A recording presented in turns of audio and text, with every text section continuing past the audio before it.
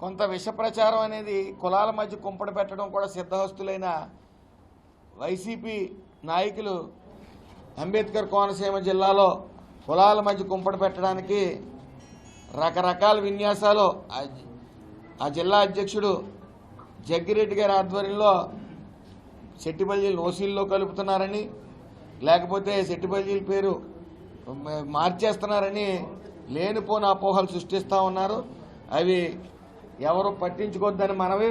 ఏదేమన్నప్పటికీ ఈ యొక్క విష ప్రచారం ఏదైతే విష ప్రచారంతో బతుకుతున్న వైసీపీ నేతలకి మళ్ళీ తెలియజేస్తా ఉన్నాను, వైసీపీలో ఉన్న నాయకులు ఏ నాయకుడికి గీత ఉపకులాల గురించి మాట్లాడే నైతిక హక్కు లేదని తెలియజేసుకుంటూ, ఎవరైతే సెట్టిబల్జీలు ఇక్కడ ధర్నాలు చేశారో, ఫేక్ ధర్నాలు చేశారో, మీకు చిత్తశుద్ధి ఉంటే మీరు చేసిన తప్పుడికి ప్రచారం మీరు చేసే తప్పుడు ప్రచారం సిగ్గుపడే పార్టీల నుంచి బయటికి రావాల్సిందిగా నా విన్నపం. అందరికీ నమస్కారం.